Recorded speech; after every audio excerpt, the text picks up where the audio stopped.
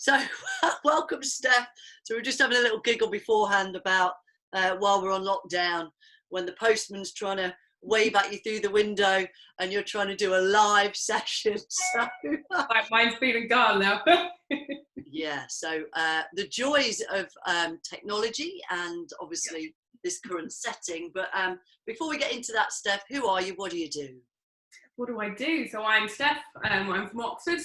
I used to be a firefighter, and then I retrained in personal training, and kind of when I was retraining in that, I knew I wanted to do more, essentially.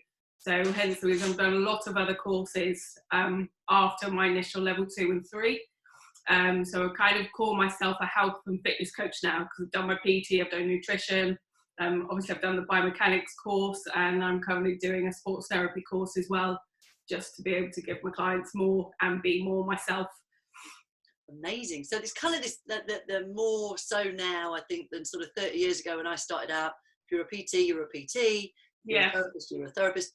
And now we've got this kind of hybrid merging, haven't we? But how because you're a practical practitioner, in all those skills. Are you online?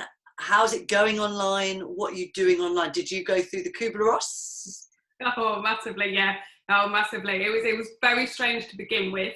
I think the first week certainly was more for being in lockdown, just in general. It was finding your feet, just in general life.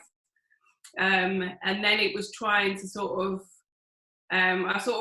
I've had two kind of spans of clients. I've had the ones that are kind of, okay, this is what we've got to do now, that's fine. And then I've got the others going, well, I can't see how this is going to work. So it's a case of kind of going, well, look, we're both in the same boat. I'm not sure how it's going to work either, but I think we can make it work, and developing from there. It was a bit strange, but I am online now. I quite enjoy it now, actually, to be fair. Quite loving it. The assessments are a bit weird. They take a little bit longer just because I need people to adjust themselves, or I might need them to come closer to the video, but they're kind of all recorded. I make them all aware that it's really for me, so I can pause it and go back through and assess what they've done. Personal training wise, it's good. I think people are very much aware now that they can actually move and do stuff without having to go to a gym. Yeah. Which I think is their biggest learning curve, to kind of think, oh, actually, there's a lot I can do and it still hurts, but I'm still working out and I'm still having to do this. And it's like, yeah, we can do a lot. And that's good. To be fair, it showed me that as well, because I've had to think outside the box. But they absolutely, I do believe in, like, you know, when I've had people like you or the others coming through and say, how do I do this online? It's like, we've got to help these guys move better. We're all in the same place. I think everyone's been really forgiving and appreciative of anything that we're doing. But I think the challenge for us as coaches was when they were asking us, what do I do? And we were like, I have no idea right now. It's like, I'm in the same boat, which feels uncomfortable, doesn't it? Because you're normally the person who's in control and you're telling them what to do. Yeah, you normally got the answers. Yeah. But then we have to take that shift as well. So I think you're right. I think there was a week or 2 weeks where I was the same. I was like, shock, numbness, denial, fear, anger, depression. And then you go, right, okay, logic. What can I do online? Well, exactly. And I think that's one thing about being human. I think you've got to be someone that adjusts. Yeah. You know, it's even if this hadn't happened, you know, what if someone had an accident? You know, what if I had a client that couldn't come out? You know, at least it's shown me that actually it doesn't stop now. We can go online. We can still do stuff. We just need to adjust it slightly, which is quite a nice eye opener, to be fair. And I think it fills you with confidence when you realise actually how versatile you are, even me at my age and my techie skills. And I realise actually, because I normally need a lot of time, but I had to move quickly. I had to look after you guys, my learners who were kind of just about to start. I was like, I've got to help these guys. What can I do? What can I do? It's been really nice because I get to see you more often now. Yes. This is like, it's like weekly lives. It's great. Which I think there is. You've just got to flip it all. And some of the conversations I've had with people is, I just always put that kind of like, you know, out there that I get it. Some people are in massive devastation and pain, and I don't want to for a minute anyone to think I'm ignoring that or no, massively not at all. I'm totally empathic, sympathetic. You know, I have some stuff with family members, all that stuff. Don't need to focus on that. Deal with it elsewhere. But it's about trying to lift. You can't. I think it was Mary Taylor said, you know, if you're in the hole with them, you can't pull them out. Yeah.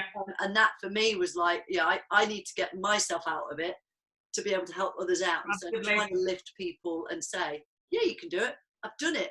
I've had a client came to me 4 weeks ago, and somebody I knew 10 years ago, and in pain, and I've never seen him in 10 years, and in 3 weeks he's out of pain, and massively. It's just we need to see that duty of care that we have as experts. But I think you're right. In the beginning, it's like they're looking to me for a solution, and I think the nice thing is it doesn't stop now just because society has changed slightly. It doesn't have to stop. And I mean, for me, it's given me a far bigger scope that I can actually go, you know what, I'm not stuck to just my town. I'm not actually just stuck here. I can now help a broader range of people, which I may not have realised if this hadn't happened. Yeah. So in a way, you've got to see the positives sometimes, I think. Yeah, and I think that's exactly the point. Is we come from a very practical practitioner status, training, qualifications, and then to be able to go online. Without the lockdown, I would have always had an ethical issue with that in terms of looking after people who are uncomfortable, or, you know, and yet we've been forced to kind of face it head on. At the moment, it's the only way we can help. Yeah. So you start to see these avenues, don't you? So for you then, saying that, I guess, am I hearing that your business is going to be forever changed? I think it might do, actually. It certainly opened up a few more avenues. It just kind of showed me that, like I said before, I'm not limited just to have someone come round and us to go through the test and then put a program together. I can now at least have people contact me going, you know, I live 6 hours away, but I can see you online now. Yeah. You know, I can see how you move. We just adapt and change the tests that need changing. And again, that's been a great learning curve for me, because it's like, well, how many bloody exercises can you do with a band? You know, time under tension, you know, we can get that strength without you putting 100 kilos on your back. I do agree. I think somehow our imaginations got lazy because of gyms. And you've got a machine there, or you have equipment there, you just lift it up, you go, you know. And we've had these 30-litre water bottles in the garden, which it's like, what else can I get? And I'm now like looking at equipment, like, what can I get up? And, you know, a chair. Definitely. We've been doing, so we've got like, I've got a client that they work from home anyway, so they've got one of the office chairs that are on rollers. So it's like, well, you're going to do lunges, but that chair's going to go back and you've got to bring it forward. I'm doing it, so I'm going, my legs are killing me. It's great. You think then, like, because people I'm speaking to are all saying the same, and I feel like it's changing my business. And fundamentally, I can't wait to get back face to face. Yes. Still, however, I now have a plethora of online CPD resources that complement what I do face to face.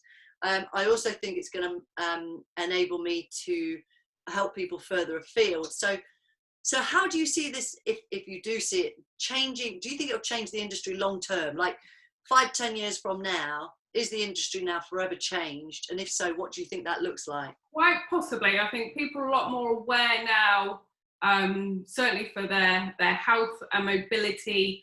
I think being stuck in, and it's kind of made you open your eyes going, well, actually, how can I move?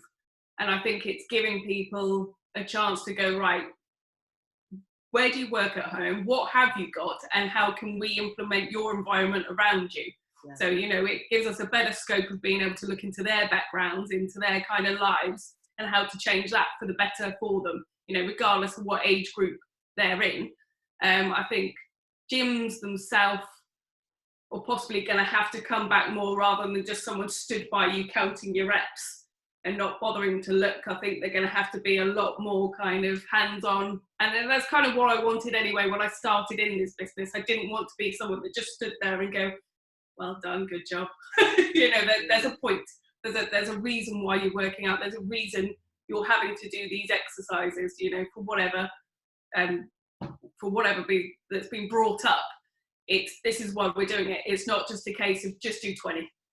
It's interesting because everybody I'm speaking to is saying the same thing. They think actually long term it's probably a good thing for the nation's health.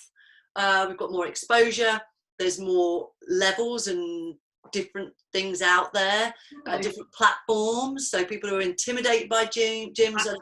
I don't know where I read it, I think it's only 9% of the population is a gym member, you know, that's a tiny amount. So do you think we're going to be a fitter nation, or is the health and fitness going to decline and then have to come back up again? I think we're going to be fitter. I think people realise they have to look after themselves now. I think it's been it's quite a surreal environment we've been in, and it's quite a kind of a knock on the door to kind of go, actually, if you don't look after your health, you know, this could floor you. You know, whether financially or life-wise or whatever, and if you've got a family or someone else looking after you, I mean, the amount of people that got gym memberships that don't even use them, you know, that money could be well spent on having a program that can sort you out for life. I totally agree, and I think it's been a shake-up. Massively, kind of wheedle out the hardy professionals, I mean, and kind of maybe shake out the ones who are in it maybe for the wrong reasons. I don't know. Maybe. Because I think the pure online people who were around before lockdown, who got they got a lot of slack for, you know, they got a lot of you know, they were seen as the kind of, you know, they're not a good PT if they're doing it online. They're gonna have to up their game. So I feel like everybody's having to really ramp up the game, either to survive, or because they're like in this new environment, they're like, oh wow, how do I convert it? I don't necessarily think that's a bad thing though, because I think it's great. Personal experience, I think we're all guilty of being lazy, especially when things are easy. Do you know what I mean? I've worked in gyms where I've stood there and kind of like, oh yeah, we just use this machine, it's fine, we just use this one. Whereas now I've kind of got to go, okay, right, we need to do something else to get that movement, or to get this strength back, or to get, you know, whatever it is they need. And, you know, I certainly am bad for that, to kind of go, oh yeah, we just do that. Whereas now I need to kind of go, oh no, I need to up my own game, which isn't necessarily a bad thing. I think it's sort of a good kick up the bum for me as well, to kind of go, you know, life does change. Forced to think, isn't it? It's like forced to think, what am I trying to achieve with that? How can I do it without a leg extension machine? How am I going to, I agree totally. And that's great, because most of the people I'm speaking to are really super positive, probably because we're on camera and they know it's going to go on YouTube, but sitting there going, oh, it's awful. But that kind of positive slant on what we do as health and fitness coaches and professionals and practitioners. So do you think there is still, with or without the lockdown, I guess, a misconception about intrinsic biomechanics, about what we do as biomechanics coaches, about what biomechanics is? Do you think there is a misconception within the... Possibly. I think that's been one of my biggest challenges, I think, in lockdown, is getting people to understand, you know, what it is I'm kind of looking for from them. It was kind of one of those things. I was doing more assessments just before lockdown, and people could see more value of it, their programs. I was getting into kind of a good swing of things. And then obviously we had lockdown, and then people were like, well, I can't see how you can do the assessments online. And it's like, well, we can do them. And it's just showing them that actually this side works really well, but this side isn't so much. And for them to kind of go, oh, actually, I can still do this, and it's made it better, and I can function better. I think it's slowly coming around, but that also comes down to me and how I sort of put it across to them, and I'm getting better than that. That's it. It's about learning. And I think one of the key components when we're speaking to our clients is to not try and sell what we do. Massively. It's how can I help? What's the problem? Definitely. You know when you're trying to sell something as well, because it's awkward. I hate it, and I'm kind of like, you know, whereas I'm kind of, when I'm talking to a client and talking about their body, I'm like, wow, you could do this, and you can see it, and you can see their enthusiasm as well. You know, I've got people that have done stuff and they're kind of like, oh my God, yeah. And it's like, this is what I'm trying to get across. Yeah. But they don't know the difference, you know, they don't really care whether you're a physio, a podiatrist, a biomechanics coach, personal trainer. Yeah. They don't care about your title. They just want to be out of pain, in a little black dress, running faster. And that's really, I think, where we have to focus, isn't it? It is, but it's also showing them, I think, what I found with the majority of my clients is sometimes where they think they need to work isn't actually their starting point. Their starting journey is actually a few steps before that. Right. And I think that a lot of them have kind of opened up and gone, oh yeah. I think even my customers have kind of gone, well, yeah, I'd never thought of it like that. So who are your customers? Who are they? Oh, they're varied. I've got a lot of, I suppose, women aged probably about 35 to 55. But then I have probably men, probably 40 to 55. I think they're at an age group where they know they need to look after themselves a bit more. And that's probably the way I come across, because I know as I get older, I need to look after myself better. Otherwise it just hurts. Fall off a box or something. What problems do they come to you with? When they come to you with a goal, what kind of thing do they say they want a solution for? So a lot of people know me as a trainer. So a lot of people will come for fitness, fat loss, sort of the normal sort of health and fitness type of goals that I tend to see most of the time. But one of my kind of clauses that I always say to all of them, they all have to have an assessment before we put a program together. I said, because I don't know you, I don't know how you move, I don't know what you can and what you can't do. So we'll do an assessment, and then I have a slight kind of movement test for them. And then even from that, it will bring things up that they didn't realise, or the excuses will come through. Oh yeah, I haven't done this for a while, so I'm weak here, and I'm kind of like, well, you're not, could you? But it is just, it's an eye opener. And then I think then they get the value from it as well, because it's kind of like, oh, actually, I see what you're saying now. I said, I can't just give you weighted squats if you can't do X, Y, and Z. Sounds like you're nailing it, Steph. Sounds brilliant. So can you think of a particular case study who was memorable for any reason that came into your biomechanics coaching service, went through the I Move Freely? Is there someone, like an example you can give where you always think, oh, that was such a great result, or like, I don't know. Oh, that's it. I've got a lady, she still works with me now actually, but we did an assessment and she had quite sort of, if you like, immobile hips, and we did the 4 sign, and then we did the test, or the anti-spasm, and literally we did the retest, and she was like, oh my God. I said, can you see the I said, I can feel it. She said, it's like my legs are just opening. I was like, okay. You wish you had the camera on her, like, oh. Yeah, no, exactly. But that was the best reaction. I said, yes, see what I'm saying? She said, I didn't expect that at all. I said, some people are marginal, or they have a small increase, but it was so nice for her to kind of turn around and go, oh my God, I could just feel it. And I was like, see? That gives you a buzz, doesn't it? You really. It does. So remind us where you are in the world. So I'm Oxfordshire, and sort of south bit to the side of it. And if there's some people, because people who watch this could be obviously biomechanics coach kind of people who are interested in biomechanics coaching from a professional level. But maybe if there was a client out there who is in Oxford area, how will they get hold of you? Have you got social media, website? How can they get? Yeah, I'm on Instagram. I'm on Facebook. I've got a website. It's all under Reset You. So the website's www.resetyou.co.uk. And that's RESETYOU. Reset You. Yeah, YOU. Yeah, yeah. And that's it's the same name on your Instagram, social media. Instagram will just be Steph_reset_you. So it's all got that, but you will find me either on the bike or you can't miss me really. Comes up on Google search. I try to. Oh, Steph, it's been amazing. Much appreciate your time. Thank you for sharing everything, and well done on feeling successful during lockdown. I know, fine.